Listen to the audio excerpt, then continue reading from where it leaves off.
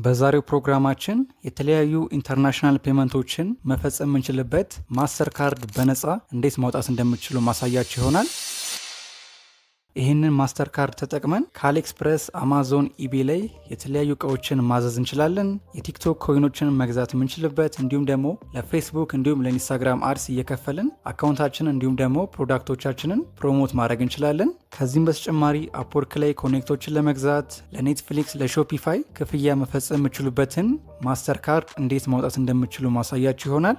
ሁላችሁም ፕሮግራሙን እስከ ፍጻሜው ድረስ ተከታተሉ።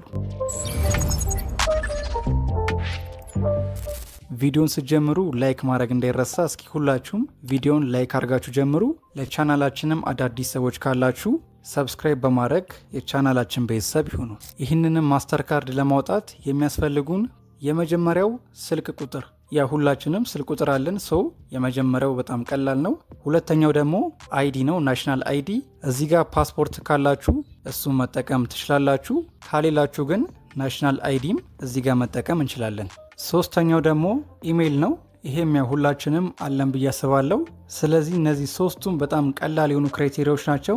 እነዚህን ሶስቱን ካሟላን በቀላሉ ይህንን ማስተር ካርድ በነፃ ማውጣት እንችላለን።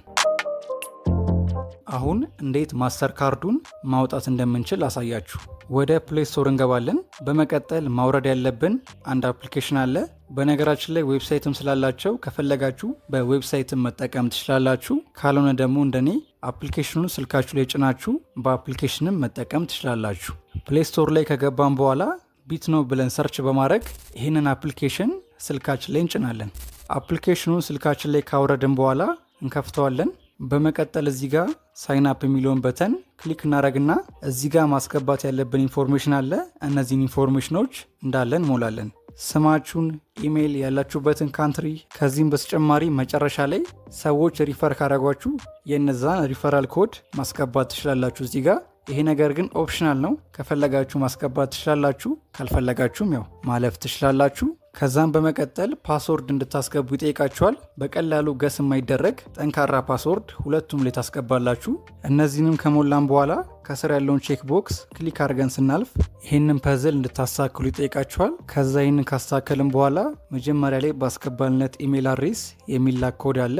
እየተላከልንንም ኮድ እዚህ ላይ መተን በማስገባት ኢሜይላችንን ቬሪፋይ እናደርጋለን። ከዛም በመቀጠል ስልክ ቁጥራችንን ቬሪፋይ ማድረግ ስላለብን ቬሪፋይ ፎን ነምበር የሚለውን ክሊክ አድርገን ወደ ውስጡ እንገባና ስልክ ቁጥራችንን እናስገባና ዋን ታይም ፓስወርድ በዋትሳፓችን እንዲልክልን ይህንን ቼክ ቦክስ ክሊክ እናደርጋለን። እዚህ ጋር በዋትሳፕ የሚላክልን ኮድ በዚህ ስልክ ቁጥር በከፈት ነው የዋትሳፕ አካውንት ስለሆነ ከዚህ ቀደም እዚህ ጋር ባስገባችሁ ስልክ ቁጥር የዋትሳፕ አካውንት ከሌላችሁ በቅድሚያ ከፍታችሁ አዘጋጁ። እዚህ ጋም ያን ያህል አይቆየም። የሚላክላችሁን ኮድ ተመልሳችሁ እዚህ ጋር በማስገባት ስልክ ቁጥራችሁን ቬሪፋይ ታደርጋላችሁ። ከዛም በመቀጠል አካውንታችንን ቬሪፋይ ማድረግ አለብን። እዚህ ጋር እንደምትመለከቱት አካውንታችንን ቬሪፋይ ለማድረግ እነዚህን 3 ስቴፖች ማለፍ አለብን። የመጀመሪያው እዚህ ጋር እንደምትመለከቱት ያላችሁበትን ካንትሪ ነው የምታስገቡት። ከዛም በመቀጠል ዶክመንት ታይፕ እዚህ ጋር ያስመርጣችኋል። ፓስፖርት ካላችሁ በፓስፖርት፣ ካልሆነ ደግሞ ችግር የለውም በናሽናል አይዲን ቬሪፋይ ማድረግ ስለሚቻል ናሽናል አይዲ ትመርጣላችሁ። ከዛ እዚህ ጋር የምታስገቡት የዶክመንት ነምበር አለ። ናሽናል አይዲ ከመረጣችሁ የፋይዳ ልዩ ቁጥራችሁን ሳይሆን የፋይዳ ተለዋጭ ቁጥራችሁን እዚህ ጋር ታስገባላችሁ። ከዛም በመቀጠል እዚህ ጋር የመረጥነውን ዶክመንት ታይፕ አፕሎድ እናደርጋለን። ናሽናል አይዲ ስለመረጥን የናሽናል አይዲያችንን ፍሮንትና ባኩን ፎቶ አንስተን እንልክለታለን። እዚህ ጋም ዶክመንታችንን ካስገባን በኋላ በመቀጠል ፐርሰናል ኢንፎርሜሽናችን እንድናስገባ ይጠይቀናል። የተወለዳችሁበትን ዓመተ ምህረት፣ ጾታችሁን እንዲሁም ደግሞ አድሬሳችሁን እዚህ ጋር ታስገባላችሁ። ሁሉንም ካስገባን በኋላ ቀጣዩ ላይቭነስ ቼክ ነው። እዚህ ጋር የሰልፊ ካሜራችሁን ተጠቅሞ ፎቶ ያነሳችኋል። እሱን ተነስታችሁ አፕሎድ ታደርጋላችሁ። በመቀጠል ያስገባችሁ መረጃ እንዳለ ልክ ከሆነ ማለትም ያስገባችሁ ዶክመንትና እዚህ ጋር የምትሞሉት ሙሉ መረጃ ተመሳሳይ መሆን አለበት። ይህንን ሁሉንም እነሱ ካጣሩ በኋላ ልክ ሆነው ካገኙት ባስገባችሁት ኢሜይል ኖቲፋይ ያደርጓችኋል። እንደምትመለከቱት በዚህ መንገድ አካውንታችሁን ቬሪፋይ ማድረግ ትችላላችሁ። አሁን ደግሞ እንዴት ነው ካርዱን ማግኘት የምንችለው የሚለውን ላሳያችሁ። ካርዱን ከማግኘታችን በፊት ግን እዚህ የቢትኖብ አካውንታችን ላይ ዶላር ዲፖዚት ማድረግ አለብን። ስለዚህ ተመልሰን ወደ ቢትኖብ አካውንታችን ንግባና እዚህ ጋር እንደምትመለከቱት ዲፖዚት የሚል አማራጭ አለ። እሱን ክሊክ እናደርጋለን። እዚህ ጋር በሁለት መንገድ ዲፖዚት ማድረግ እንችላለን። የመጀመሪያው በባይናንስ ፔይ ነው። ሁለተኛው ደግሞ ዩኤስዲቲን ከተለያዩ ሴንትራላይዝድ ከሆኑ ኤክስቼንጆች ላይ እነዚህን ኔትወርኮች የሚጠቀሙ ከሆነ ከነሱ ላይም ዲፖዚት ማድረግ እንችላለን። እዚህ ጋር እንደምትመለከቱት ባይናንስ ፔይ እየሰራ አይደለም። ስለዚህ ሁለተኛ ላይ ዩኤስዲቲ የሚለውን ክሊክ እናደረግና እዚህ ጋር ካሉት ኔትወርኮች አንዱን መርጠን የተወሰነ አማውንት ዶላር ዲፖዚት እናደረጋለን። እዚህ ጋም አንዱን ኔትወርክ ከመረጠን በኋላ የሚሰጠን አድሬስ አለ።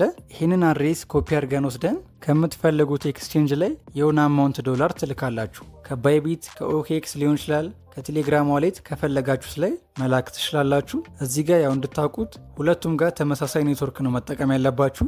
የቲአርሲ20 ኔትወርክ አድሬሱን ኮፒ አድርገን እዚህ ጋር ግን ሌላ አድሬስ ከመረጥን የምንልከው ገንዘብ በቀጥታ ወደ አካውንቱ ስለማይሄድ ተመሳሳይ ኔትወርክ መምረጣችሁን እርግጠኛ ሆኑ። እዚህ ጋር በመቀጠል እዚህ ጋም የተወሰነ አማውንት ወደ አካውንቱ እንልካለን። እዚህ ጋም ወደ አካውንቱ ልመለስና ላሳያችሁ። ሪፍሬሽ ስናደርገው የላክነው ገንዘብ ገብቷል ወደ አካውንቱ። አሁን ደግሞ እንዴት ካርዱን ማግኘት እንደምንችል ላሳያችሁ። እዚህ ጋር ካሉት አማራጮች ውስጥ ካርድ ወደሚለው እንገባለን። በመቀጠል ከስር ክሬት ኤኒው ቨርቹዋል ካርድ የሚለውን ክሊክ ታደረጉና እዚህ ጋር አካውንታችሁ ላይ ካለው አማውንት የተወሰነ አማውንት ወደ ካርዳችሁ ታስገባላችሁ። ከዛም በመቀጠል እዚህ ጋር እንደምትመለከቱት ካርዳችሁን ከስተማይዝ ማድረግ ትችላላችሁ። ምን አይነት ቀለም ይሆንላችሁ የሚለውን እዚህ ጋር እናንተ እንደተመቻችሁ አርጋችሁ ትመርጣላችሁ። ይሄን ካስተካከልን በኋላ ከስር ኔክስት ስንለው ፕሮሰስ አድርጎ ከተወሰነ ሰዓታት በኋላ እዚህ ጋር እንደምትመለከቱት በቀላሉ በዚህ መንገድ ካርዳችንን አግኝተናል። ይህንን ካርድ ተጠቅመን የተለያዩ ኢንተርናሽናል ፔመንቶችን መክፈል እንችላለን። እዚህ ጋር እንደምትመለከቱት ካርድ ነምበር እንዲሁም ደግሞ ሴኩሪቲ ኮድ አለ። ይሄ ሲቪቪ ነምበር ሁለቱን ያው እንግዲህ ወስደን ከዚህ ላይ መክፈል የምንፈልግበት ቦታ ላይ ሊንክ እያደረግን የተለያዩ ክፍያዎችን መክፈል እንችላለን። የዛሬው ፕሮግራማችን ይህንን ይመስላል። ከተመቻችሁ ላይክ ማድረግ እንዳይረሳ። ጥያቄያችሁን ኮሜንት ላይ አስቀምጡልኝ። ለጥያቄያችሁ መልስ የምሰጥ ይሆናል። በቀጣይ ጊዜ በአሪፍ መረጃ እንገናኛለን። እስከዛው ድረስ ቻው።